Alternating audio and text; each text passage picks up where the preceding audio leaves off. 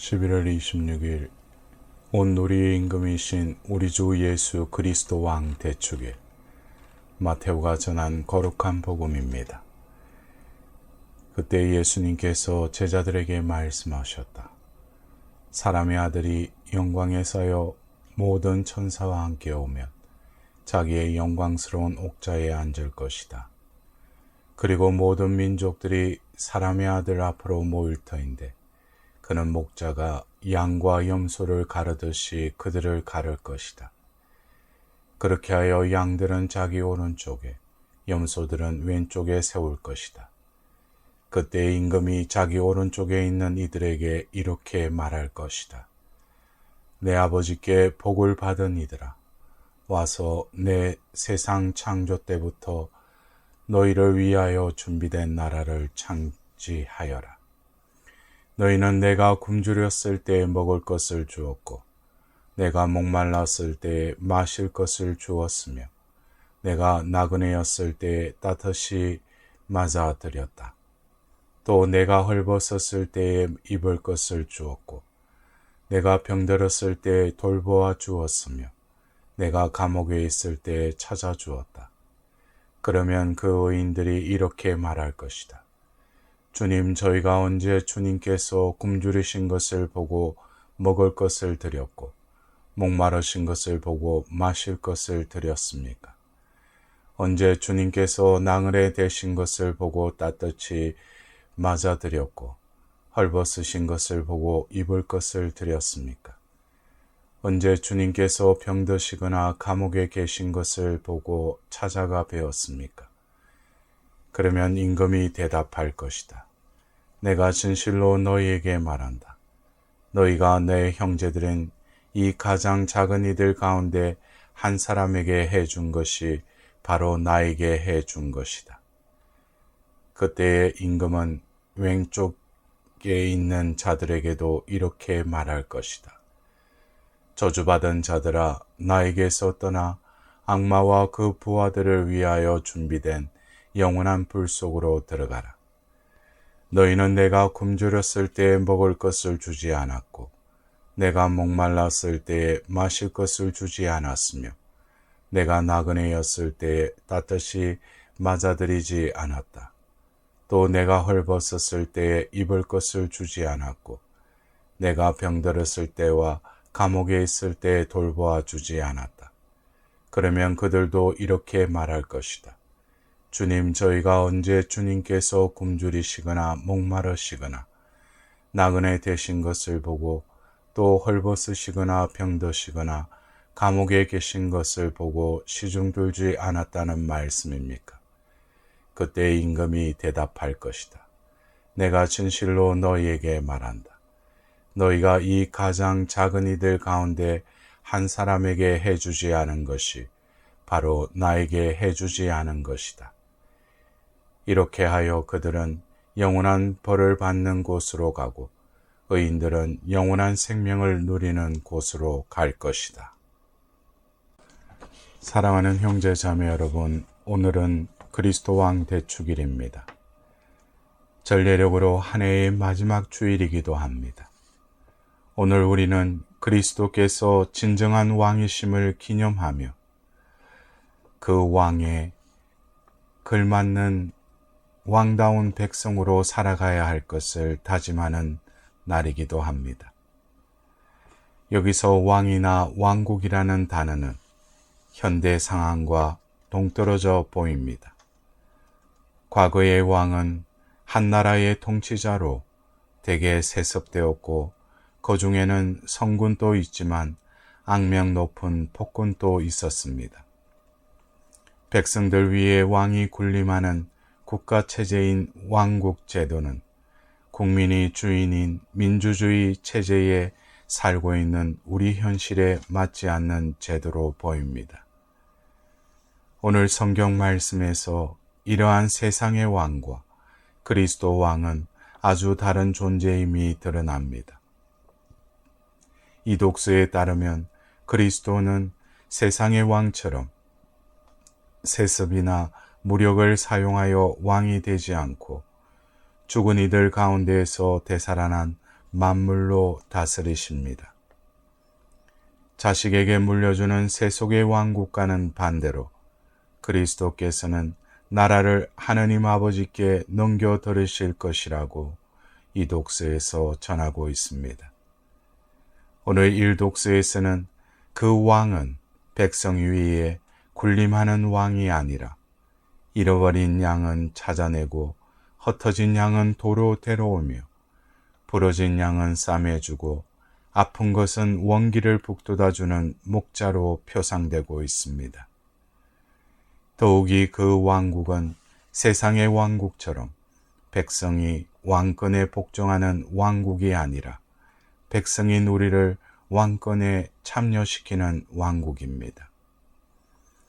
세상 창조 때부터 너희를 위하여 준비된 나라를 차지하여라 라고 하신 복음 말씀이 이를 의미합니다. 요약하자면 인간의 구원을 위해 목숨을 바치신 그리스도께서 하느님을 섬기며 사람들을 돌보시는 왕국이 그리스도 왕국입니다. 놀랍게도 우리에게는 사랑이신 그리스도의 왕국을 차지할 길이 열렸음을 복음은 선포하고 있습니다. 권력으로 이득을 보려는 통치자들이 악의다툼하는 세상에서 생명을 보살피고 기쁨에 초대하는 왕은 참으로 그리운 왕입니다. 구체적으로 어디서 이 왕을 만나고 어떻게 그 왕국을 차지할까요? 오늘 복음에서 왕이신 예수님께서는 당신이 굶주리니 헐벗으니 감옥에 갇힌 이 안에 계심을 선언하십니다. 너희가 내 형제들인 이 가장 작은 이들 가운데 한 사람에게 해준 것이 바로 나에게 해준 것이고 너희가 이 가장 작은 이들 가운데 한 사람에게 해주지 않은 것이 바로 나에게 해주지 않은 것이다 라고 말씀하십니다. 우리가 섬기는 왕이신 그리스도는 보잘것없는 작은 이들 안에 계시기에 그들을 섬길 때 주님을 섬기는 것이고 그렇게 하여 주님과 이웃과 내가 하나가 되는 신비가 그리스도 왕국의 신비인 것입니다.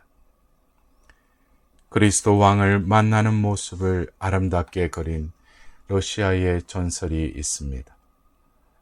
아기 예수가 태어나자 그를 경배하러 갔던 동방의 세 왕 외에 북쪽 작은 나라의 왕도 있었다고 합니다.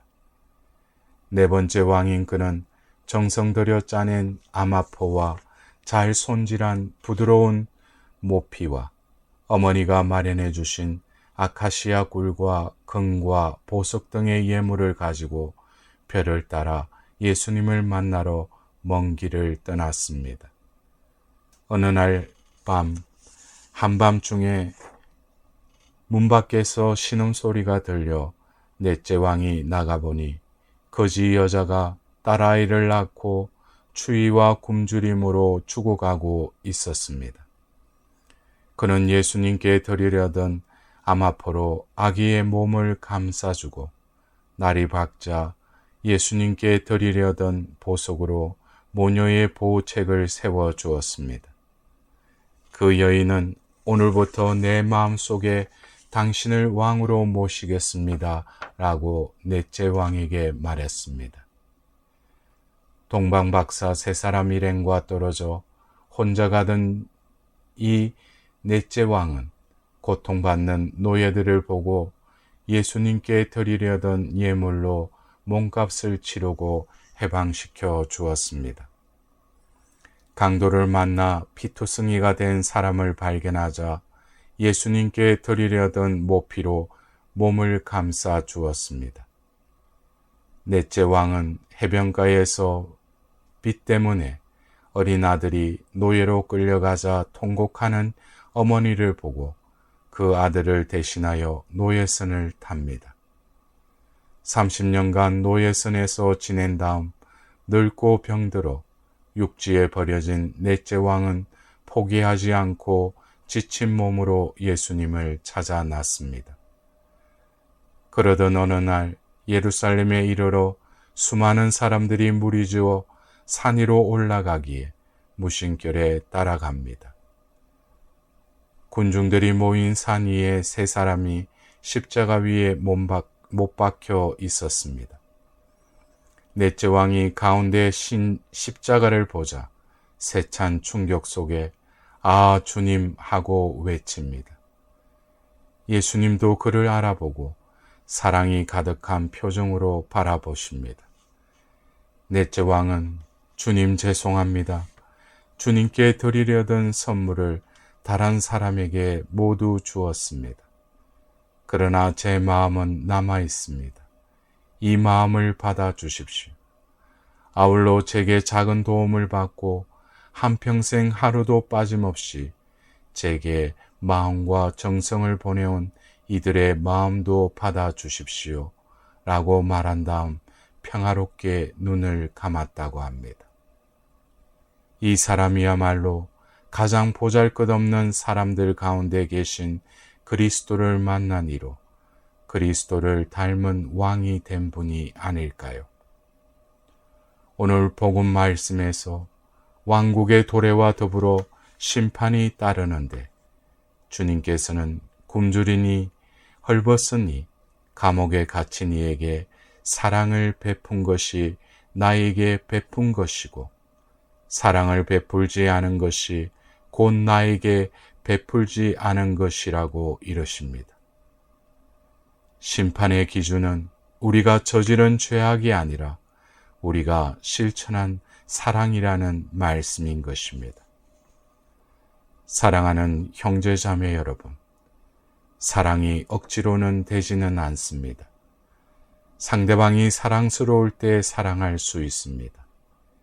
이를 위한 관건은 굶주리니 헐벗으니 감옥에 갇히니가 누구로 보이는가 하는 점입니다. 벌받은 죄인으로 보이는가? 아니면 십자가를 지신 주님으로 보이는가? 겉모습만 본다면 보잘것없어 무시하지만 겉모습 너머로 그 사람 안에 계신 예수님을 맞이할 때 그를 사랑할 수 있습니다. 서로의 겉모습이 아니라 그 내면에서 그리스도를 발견하고 그렇게 그리스도 안에서 보잘것없는 나와 보잘것없는 너가 하나가 될 때 사랑으로 세상이 제 모습을 찾는 것이 그리스도 왕국인 것입니다. 그때 예수님께서 친히 우리에게 말씀하실 것입니다. 내 아버지께 복을 받은 이들아 와서 세상 창조 때부터 너희를 위하여 준비된 나라를 차지하여라. 이번 전례력의 한 주간도 그리스도 왕국을 건설하는 하느님 백성으로서의 삶을 살아가시길 기원드립니다.